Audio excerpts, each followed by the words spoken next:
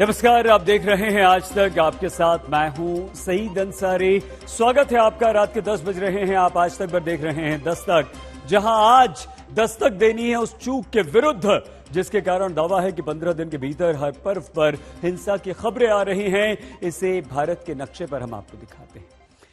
इसे भारत के नक्शे पर इसी महीने हिंसा का गवाह बने शहरों के भीतर जुड़े जाल से आइए हम देखते हैं। याद कीजिए 2 अप्रैल, इस दिन हिंदू नववर्ष की शुरुआत का पर्व था। पहले ही दिन राजस्थान के करौली में निकली धार्मिक यात्रा पर पथराव हुआ, हिंसा हुई और उसके बाद आइए 10 अप्रैल, देश में रामनवमी थी और इस दिन हमारे देश में मध्य प्रदेश के खरगोन में रामनवमी जुलूस पर पथराव के बाद जबरदस्त हिंसा हुई।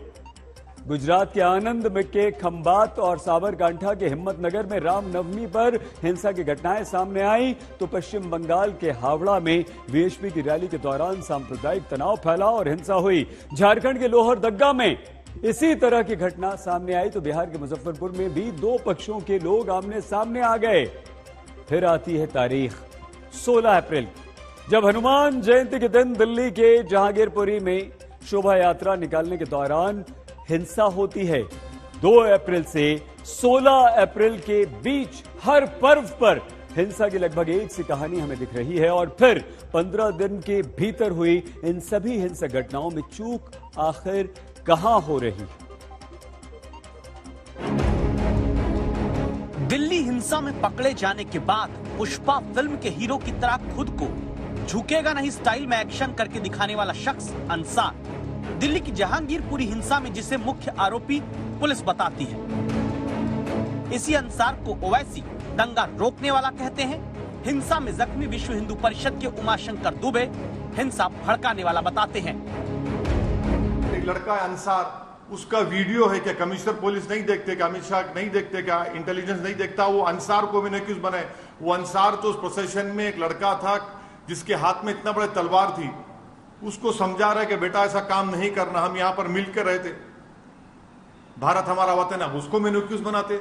मस्जिद के पास पहले से ही, क्योंकि यात्रा को लीड मैं कर रहा था। पूरी यात्रा को लीड कर रहे थे। वहां पे पहले से ही 50-60 लोग गुट बना के खड़े थे मस्जिद पर कॉर्नर पे ही। वहां पे जो आवाजें आ रही थी कि अंसार भाई इन्हें छोड़ना नहीं है, इन्हें जान से मार देना है। मैंने अंसार को बोला भी कि अंसार ये क्या करवा रहा, निहत्ते हैं। उसने बोला कि जो किया है उसे तो भुगतना पड़ेगा। तो फिर सच क्या है? क्या अंसार ही दिल्ली की जहांगीरपुरी में दंगे की चिंगारी भड़काने वाला मुख्य आरोपी है? इसी सच को पता करने के लिए दिल्ली पुलिस की crime branch, special branch, forensic expert जमीन से लेकर घरों की छतों तक जहांगीरपुरी की गलियों में सबूत खंगाल रहे हैं। लेकिन ध्यान से अब ये देखिए, नीले कुर्ते वाला सोनू शेख जो वीडियो में जहांगीरपुरी में तमंचे से गोली चलाता दिखता है, जो नीली टी शर्ट पहने हुए गोली चला रहा है, आज तक उसके घर तक पहुंचा है। ये जो सोनू शेख जो शख्स है, उसका ये घर है। यहाँ संवाददाता अरविंद ओझा से तमंचा चलाने वाले सोनू की मां कहती है कि बेटे ने डर में गोली चलाई और दिल्ली पुलिस के कमिश्नर कहते हैं दंगा करने वाला कोई भी छूटेगा नहीं। आपका बेटा क्या करता है? कौन सा? ये बेटा क्या करता है?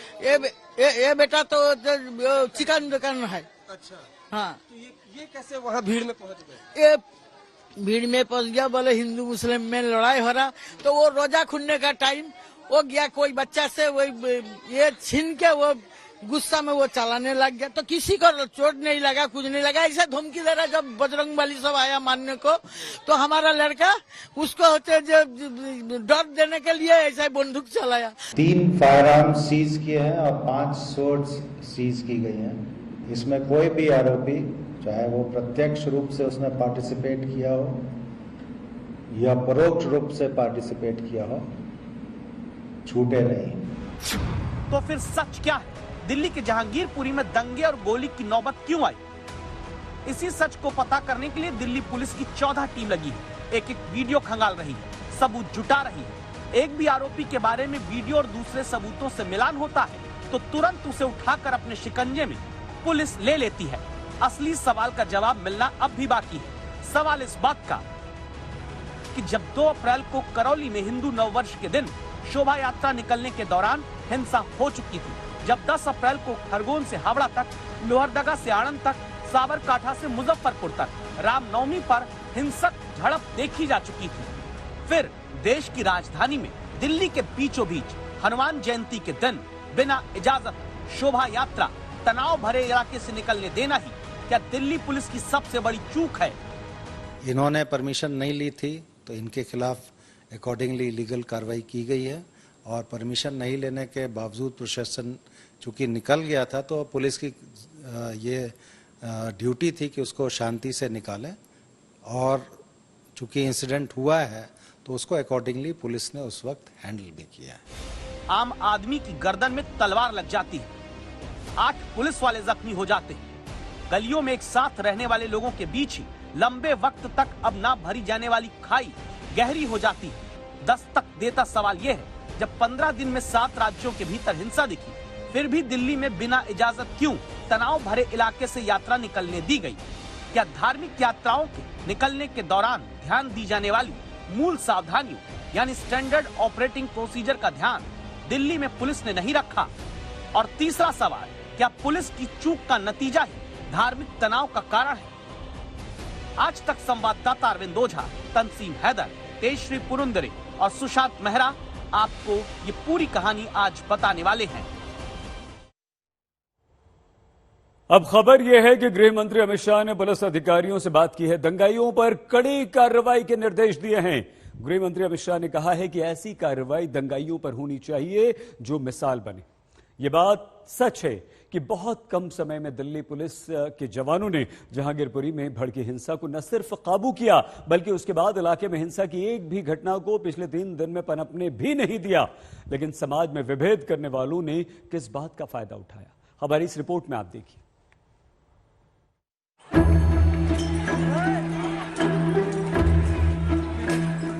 ये तस्वीरें 16 अप्रैल को दिल्ली में जहांगीरपुरी में हुई हिंसक झड़प की है, जब दोनों तरफ से पत्थर चलते हुए दिखे।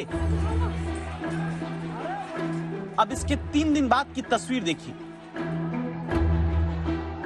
जहां 16 अप्रैल को कम पुलिस बल की मौजूदगी में पथराव हुआ, गोली चली, तलवारें निकली। उसी जहांगीरपुरी में सोमवार को भारी पुलिस बल की मौजूदगी में फिर से पत्थरबाजी होती है। यहाँ पर ये वाली कॉलोनी है जहाँ पर बताया जा रहा है क्राइम ब्रांच एक महिला को ले गई थी पूछताछ के लिए। उसके बाद ऊपर वाले घरों से देखिए, ये ऊपर वाले जो घर है यहाँ से पथराव की शुरुआत हो गई थी। ये देखिए नीचे, अगर दिखाइए अशोक, नीचे दिखाइए, ये देखिए यहाँ पर ये सारी पत्थरबाजी, यहाँ पर कुछ ही देर पहले पत्थरबाजी की गई है और ये बाद से यहाँ से तुरंत लोगों को हटना पड़ा, क्योंकि यहीं पर अभी भी आप देख रहे हैं मशक्कत कर रही है पुलिस। कुछ देर पहले की भी तस्वीरें हमने भेजी हैं जब लगभग 50 से 100 महिलाएं एक साथ यहाँ पर आ गई थी गेट पर, और यहीं पर अभी भी पुलिस मशक्कत कर रही है, उनको पीछे रोक रही है, समझा रही है। ये पत्थर जहांगीरपुरी में तब चले जब 16 अप्रैल को तमंचा चलाने वाले सोनू शेख के घर से एक महिला को पूछताछ के लिए दिल्ली पुलिस की टीम ले जाने लगी।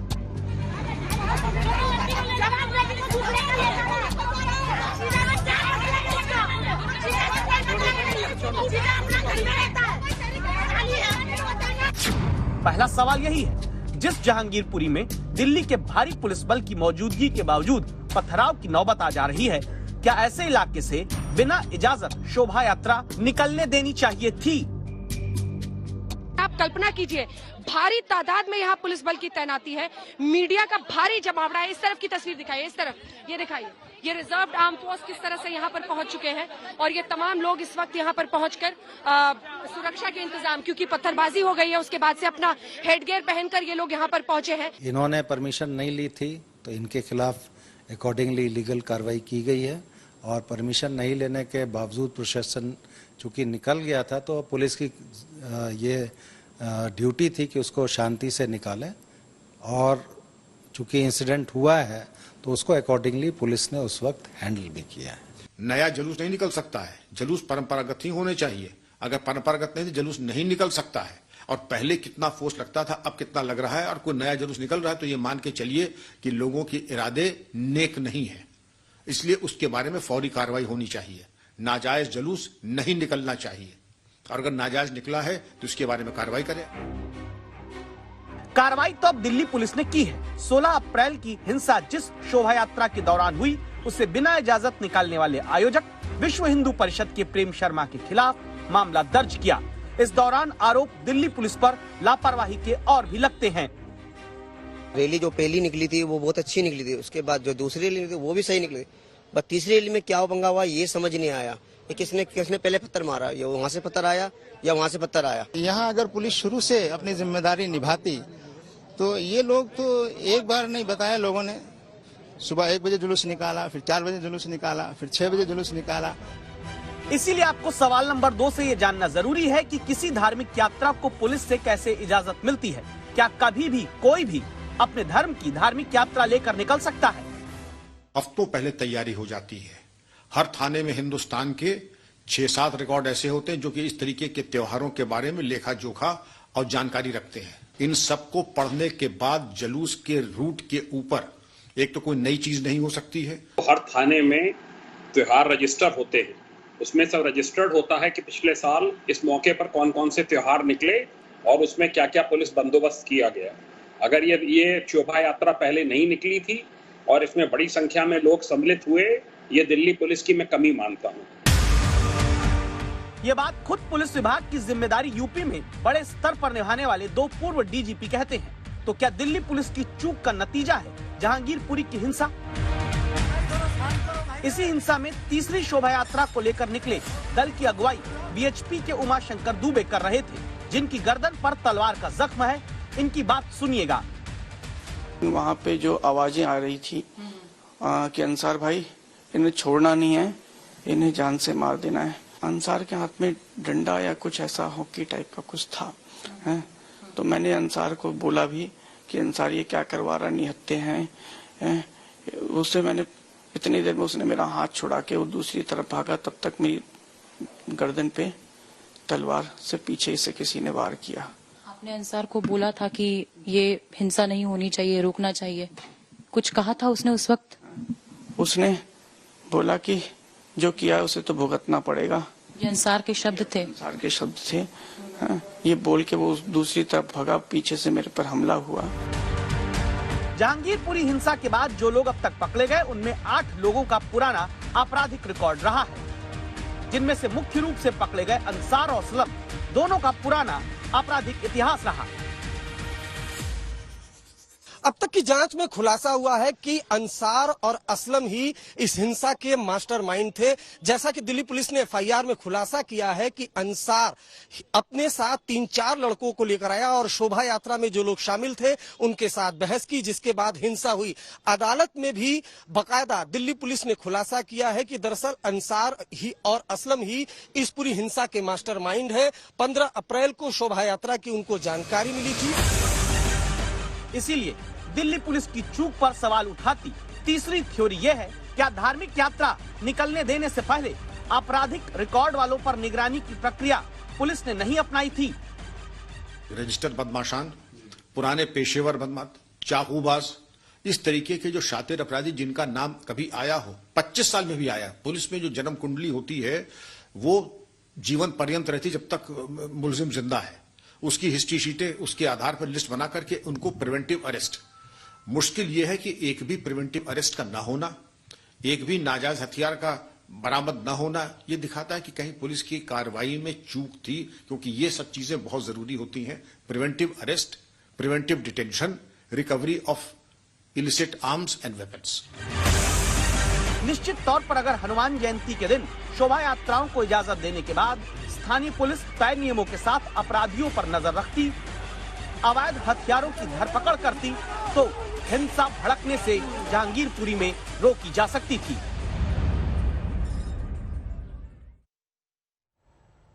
दिल्ली पुलिस कमिश्नर ने यह भरोसा दिया है कि पूरी जांच के बाद मजबूत सबूतों के साथ आरोपियों पर कार्रवाई की जा रही है। 100 से ज्यादा वीडियोस खंगाले जा रहे हैं, फॉरेंसिक सबूतों को भी खंगाला जा रहा है और इसके बाद दंगा भड़काने में किसी भी पक्ष का कोई भी आरोपी है उसे कानून के अनुसार सजा भुगतनी होगी। दिल्ली पुलिस कमिश्नर ने साफ शब्दों में कहा है, बख्शा किसी को नहीं जाएगा। और परमिशन नहीं लेने के बावजूद प्रशासन चूंकि निकल गया था, तो पुलिस की ये ड्यूटी थी कि उसको शांति से निकाले। और चूंकि इंसिडेंट हुआ है तो उसको अकॉर्डिंगली पुलिस ने उस वक्त हैंडल भी किया। इन्वेस्टिगेशन हमेशा एविडेंस बेस्ड होता है, तभी कोर्ट के सामने हम बढ़िया से अपनी चार्जशीट रख सकते हैं।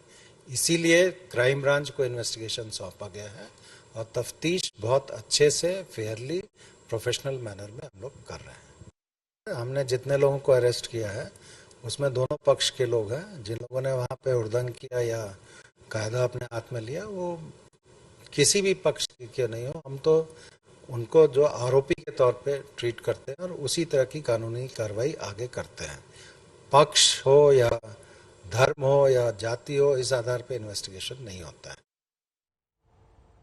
पिछले 15 दिनों में 3 त्योहार आए और जबरदस्त हिंसा हुई। ये क्यों हुआ?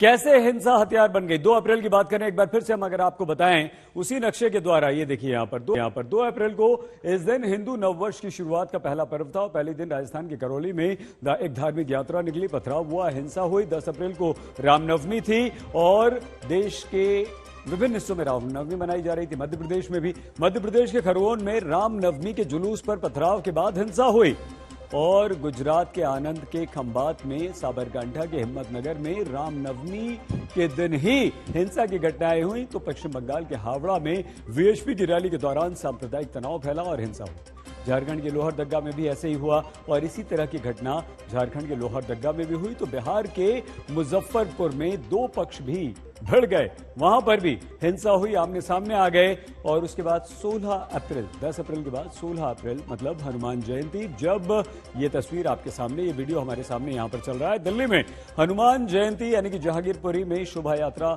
निकालने के दौरान जबरदस्त हिंसा होती है। मतलब यह हुआ कि 2 अप्रैल से 16 अप्रैल के बीच हर पर्व पर हिंसा की लगभग एक सी कहानी हमें दिखाई दी और फिर 15 दिन के अंदर इन सभी हिंसक घटनाओं में चूक कहां हुई, कैसे हुई, ये बहुत महत्वपूर्ण बात है। जो अभी दिल्ली पुलिस कमिश्नर की बात हमने आपको सुनवाई, वो खुद ये कहते हैं कि हम कड़ी कार्रवाई करेंगे, सबूत खंगाले जा रहे हैं। 100 से ज्यादा वीडियोस यहां पर पुलिस के पास हैं और हर वो अपराधी जो कहीं ना कहीं इसमें शामिल है, न सिर्फ इस हिंसा में शामिल है बल्कि देश के अमन और चैन को, एकता और अखंडता को वो विखंडित करना चाहता है, उस पर भी नजर है। यानी कि साजिश में जो शामिल है उसे भी बख्शा नहीं जाएगा। चाहे जुलूस में जिन लोगों ने हथियार लहराए उन पर कार्रवाई की गई है, उन्हें गिरफ्तार किया गया है और जिन्होंने पत्थर जुलूस पर फेंके वो तो पहले ही गिरफ्तार किए जा चुके हैं, लेकिन अब वो और भी उन लोगों पर नजर है जो लोग उस दिन जुलूस पर पत्थर फेंक रहे थे, भले ही वो घरों की छतों से पत्थर फेंक रहे हों या घरों की गलियों से। तो 2 अप्रैल एक बार फिर से आपको बताएं कि ये देखिए जाल जो जिस तरह से फैला है यही तकलीफ देता है, यही परेशान करता है।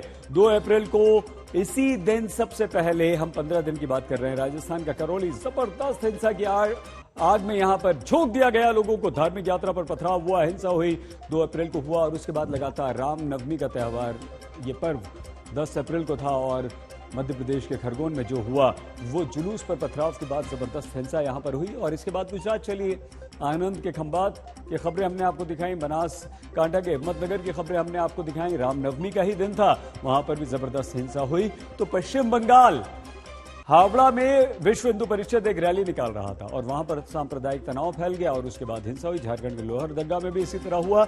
हम बार बार ये कह रहे हैं कि 15 दिन के अंदर 3 त्योहारों पर ये जो हिंसा हुई है ये थोड़ा सा हमें डराती है। तो हिंसा के चश्मदीद खुद ये बताते हैं कि पुलिस ने ही बीच में दीवार की तरह खड़े होकर दंगा करने वालों से निर्दोषों को बचाया। पुलिस के जवान दंगाइयों के मुकाबले काफी कम संख्या में थे, लेकिन वो लगातार हमला रोकने में जुटे रहे और यही कारण है कि ज्यादातर जो घायल होने वाले हैं वो पुलिसकर्मी हैं। पुलिसकर्मियों ने अपनी जिम्मेदारी निभाई, अपनी ड्यूटी निभाई, तो फिर आखिर चूक कहां हुई?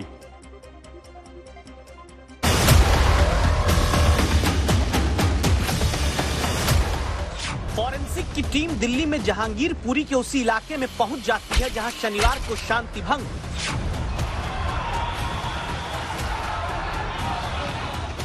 जिस मस्जिद के पास दावा है कि सारा झगड़ा दोनों पक्षों में शुरू हुआ, वहां पर टीम के एक्सपर्ट जांच में जुट जाते हैं।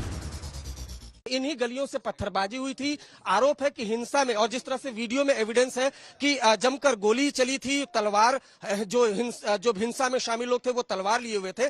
तो अब बकायदा फॉरेंसिक एक्सपर्ट की टीम, चूंकि क्राइम ब्रांच के हवाले ये जांच है, तो फॉरेंसिक एक्सपर्ट जो तमाम एविडेंस है वो कलेक्ट करने की कोशिश कर रहे हैं। जहांगीरपुरी में हिंसा भड़कने की मुख्य जगह जहां रही, वहां के घरों की छतों पर जांच टीम पहुंचती है। एक छत से दूसरी छत, दूसरी से तीसरी तक जांच जारी है।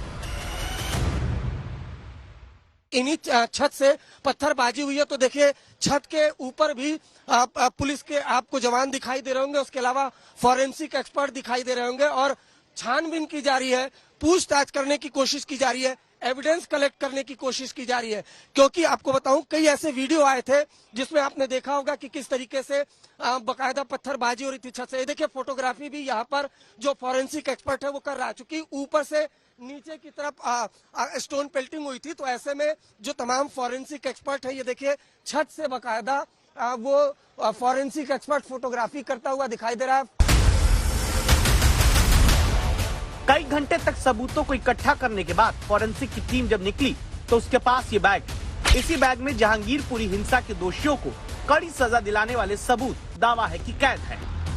पत्थर है, कांच की बोतलें हैं, ये तमाम वो चीजें हैं जो गलियों से इकट्ठा किया गया। ये देखिए एक पॉलिथीन में भी कुछ एविडेंस जो है वो फॉरेंसिक की टीम ने, क्राइम ब्रांच की टीम ने इकट्ठा किया है। ये प्रोसेशन जो हनुमान जयंती के उपलक्ष्य में निकला था, उसकी जो टेल थी, वहाँ पे दो ग्रुप्स के बीच में कुछ ऑल्टरकेशंस हुए, उसके बाद ये पत्थरबाजी शुरू हुई और मामला उसके बाद बिगड़ा। एक्चुअल वजह क्या थी, इसको जानने के लिए इन्वेस्टिगेशन पूरा होना जरूरी है। क्या कल सूरज उगने के साथ वो होगा जिसकी कल्पना किसी को भी परेशान कर सकती है? आपने जो एटमी तबाही हॉलीवुड की फिल्मों में देखी होगी, क्या ऐसा दुर्भाग्य हम सबको अपनी असल जिंदगी में भी देखना होगा? तो आज बात हम दुनिया के सबसे बड़े खतरे की दस्तक की करेंगे। यूक्रेन पर एटमी हमला हो सकता है, यह हम नहीं कह रहे, बल्कि खुद यूक्रेन के राष्ट्रपति ज़ेलेंस्की कह रहे हैं। और जिसके बाद कयामत का काउंटडाउन शुरू हो चुका है। ज़ेलेंस्की का डर कभी भी सच्चाई में बदल सकता है, कभी भी रूस के राष्ट्रपति पुतिन के बॉम्बर यूक्रेन को तबाह करने वाले परमाणु बॉम्ब को दाग सकते हैं। सवाल यह है कि क्या यूक्रेन युद्ध का अंत एटमी युद्ध से होगा, और अगर पुतिन ने एटमी जंग छेड़ दी तो फिर उसका परिणाम क्या होगा? क्योंकि पुतिन लगातार अपना रुख कड़ा करते जा रहे हैं। बड़ी खबर यही है, ब्रेकिंग न्यूज आ रही है, पश्चिमी देशों को लताड़ रहे हैं पुतिन। अमेरिका पर पुतिन का सीधा हमला है। ताजा खबर यह है कि पुतिन ने कहा है कि रूस को बैन करके दबाव डालने की कोशिश बुरी तरह से फेल सिद्ध हुई है। तो अब अमेरिका पर यह आरोप लगा दिया है, रूस पर बैन लगाने की साजिश फेल कर दी है, और यह कहा है रूस के राष्ट्रपति व्लादिमीर पुतिन ने।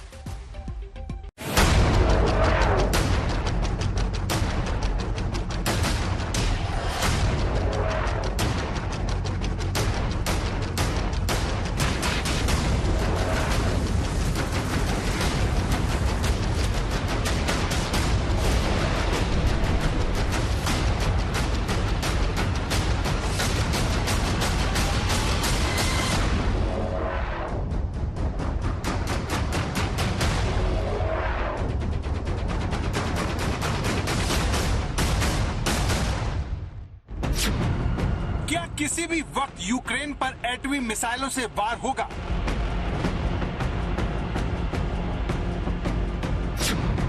यूक्रेन में पहला एटम बम कहां गिराएंगे पुतिन? क्या दुनिया सबसे बड़ी तबाही देखने के करीब है? 6 और 8 अगस्त 1945 को दुनिया ने पहली बार एटमी वॉर से तबाही देखी थी, लेकिन अब इससे भी बड़ी तबाही यूक्रेन को भुगतनी पड़ सकती है, क्योंकि ज़ेलेंस्की को शक है कि पुतिन दुनिया में अब तक की सबसे बड़ी तबाही की वजह बन सकते हैं।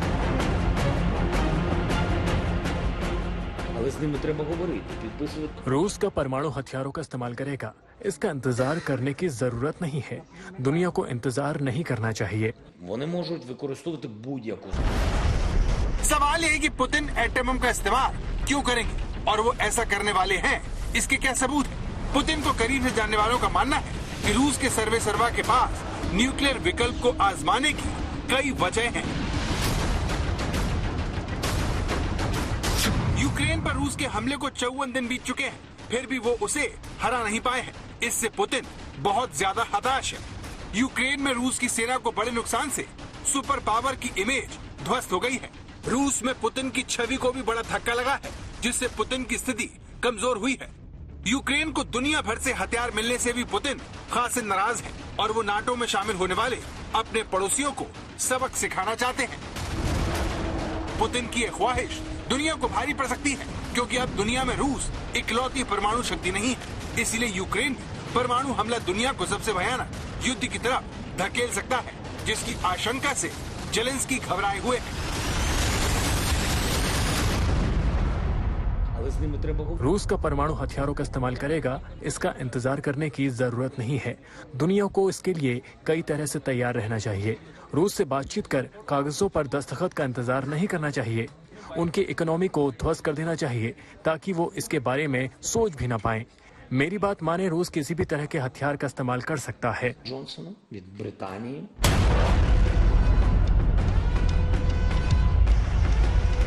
रूस की तरफ से यूक्रेन पर चौतरफा हमला हो रहे हैं। पुतिन की फौज Lviv, उजरोड, Donetsk, Odesa, Mykolaiv, Kyiv और विनित्सिया पर नए सिरे से हमले कर रहे हैं।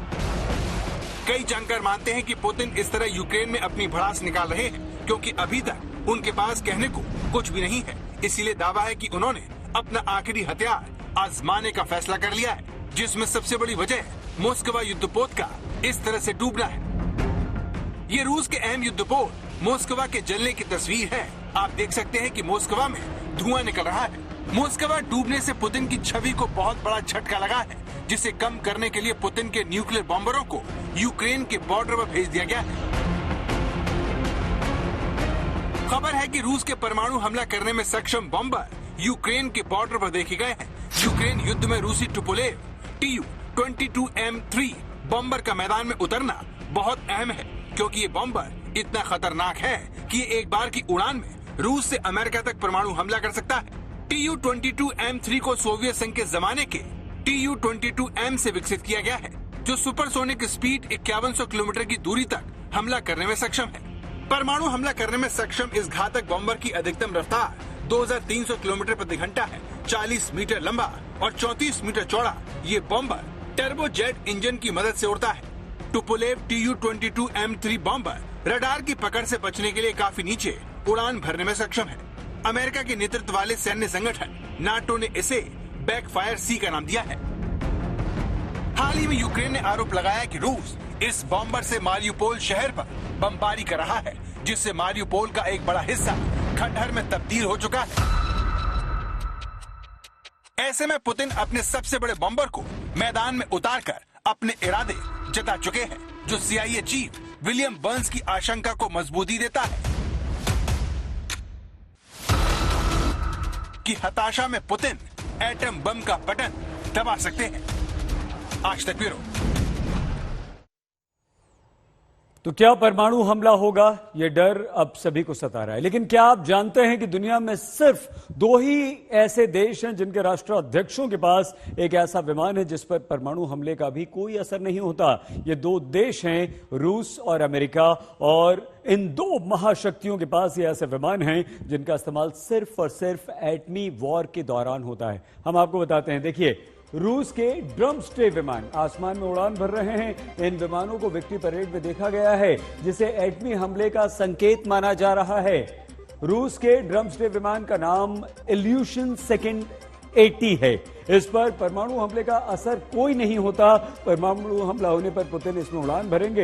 एटमी अटैक में विमान से सरकार चला सकेंगे। परमाणु युद्ध में व्लादिमीर पुतिन इस प्लेन के अंदर बैठे बैठे अपनी सेना को ऑर्डर दे पाएंगे, और इस विमान में इमरजेंसी के लिए अलग से इलेक्ट्रिक जनरेटर भी लगा हुआ है।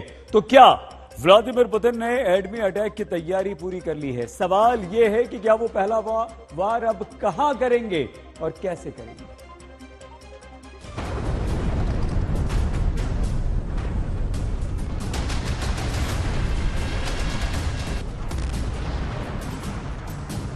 क्या रूस का ये जलता युद्धपोत तीसरे विश्व युद्ध की वजह बनेगा, और क्या तीसरा विश्व युद्ध शुरू हो चुका है?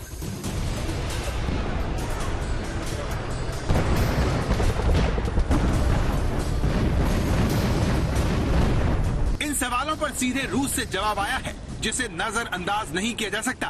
रूस के सरकारी टेलीविजन का एक बड़ा एंकर इस घटना को तीसरे विश्व युद्ध की शुरुआत बता रहा है।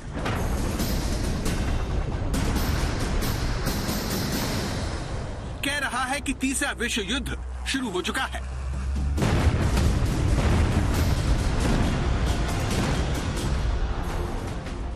Сражаемся, если не с НАТО, то уж точно с инфраструктурой НАТО. И это тоже надо осознавать. Соединенными Штатами Америки круглосуточно они по железной дороге поставляют. यूक्रेन पर रूस अपने सारे हथियार आजमा चुका है। बावजूद इसके यूक्रेन ने घुटने नहीं टेके हैं। इसीलिए अब जीत के लिए तरसते पुतिन एटमी हथियार के वार की तैयारी कर रहे हैं। लेकिन सवाल यह है कि पुतिन का पहला परमाणु अटैक यूक्रेन पर होगा या फिर किसी नाटो देश पर। नाटो देशों में पहला वार किस पर करेंगे पुतिन?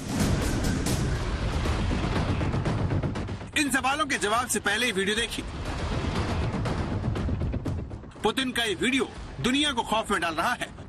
पुतिन के आसपास स्पेशल ब्रीफकेस वाली इस तस्वीर को देखकर सारी दुनिया की नींद उड़ी हुई है। इस ब्रीफकेस को दिखाकर पुतिन यूक्रेन से ज्यादा नाटो देशों को यूक्रेन युद्ध के अंत का साफ साफ संकेत दे रहे हैं। बता रहे हैं कि वो परमाणु हमले के लिए तैयार हैं। यही वजह है कि जेलेंस्की बार बार परमाणु हमले का सामना करने के लिए तैयार होने की बात कर रहे हैं। परमाणु हमले का डर जेलेंस्की के इस नए बयान में साफ साफ देखा जा सकता है। इस बात का इंतजार करने का कोई मतलब नहीं कि रूस परमाणु हथियार का इस्तेमाल कब करेगा। दुनिया को इसके लिए कई तरीकों से तैयार रहने की जरूरत है।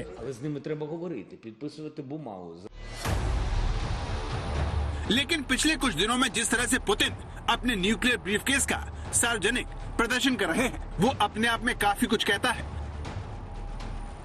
पुतिन मॉस्को में एक अंतिम संस्कार में शामिल होने कैथेड्रल पहुंचे थे, तब उनका सीक्रेट न्यूक्लियर ब्रीफकेस उनके साथ था। अब पुतिन का एक और वीडियो सामने आया है, जिसमें वो बेलारूस के तानाशाह अलेक्जेंडर लुकाशेंको के साथ है और पुतिन के एक बॉडीगार्ड के हाथ में न्यूक्लियर ब्रीफकेस दिख रहा है। देखने में पुतिन का ये न्यूक्लियर ब्रीफकेस किसी साधारण ब्रीफकेस की तरह होता है, लेकिन इस ब्रीफकेस में न्यूक्लियर हमले से जुड़े दस्तावेज और अलर्ट अलार्म होता है। पुतिन कई बार न्यूक्लियर हमले की धमकियां दे चुके हैं। अब उनके साथ न्यूक्लियर ब्रीफकेस की जो तस्वीर सामने आई है, वो पुतिन की मंशा पर सवाल उठाती है। दोस्तों, जैसा हम जानते हैं कि पश्चिमी देश लगातार हमारे ऊपर पाबंदियां लगा रहे हैं। इन गैर कानूनी पाबंदियों से हर कोई वाकिफ है। साथ ही नाटो देश भी लगातार एग्रेसिव स्टेटमेंट दे रहे हैं। इसीलिए मैंने रशियन आर्मी को हाई अलर्ट पर रहने के लिए कहा है।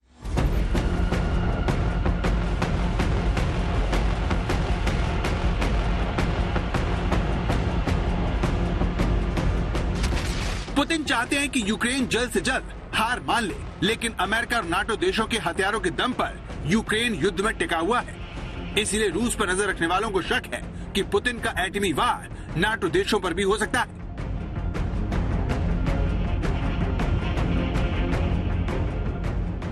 रूस दुनिया की सबसे बड़ी परमाणु शक्ति है, जिसके पास सबसे ज्यादा परमाणु बम है। बताया जा रहा है कि मौजूदा हालात को देखते हुए पुतिन ने अपने 2000 टैक्टिकल वेपन को एक्टिव कर दिया है, जिससे पूरा यूरोप बर्बाद हो सकता है। लेकिन सवाल यह है कि पुतिन का पहला वार कहां होगा।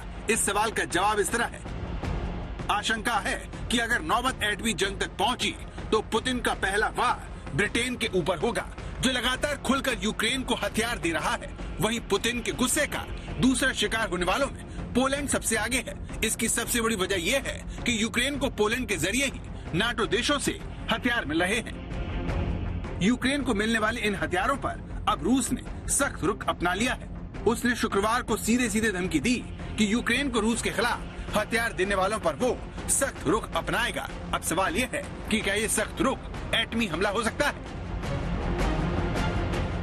अब रूस के राष्ट्रपति पुतिन के प्रवक्ता का बयान देखिए, जिसमें वो पश्चिमी देशों से टकराने की पूरी तैयारी का दावा कर रहे हैं। रूस के लिए यूक्रेन की जंग सिर्फ जेलेंस्की को सबक सिखाना नहीं है, बल्कि वो नाटो देशों से अपना हिसाब भी पूरा करना चाहते हैं, जो लगातार यूक्रेन को रूस के खिलाफ भड़का रहे हैं और उसकी सुरक्षा के लिए खतरा बन गए हैं।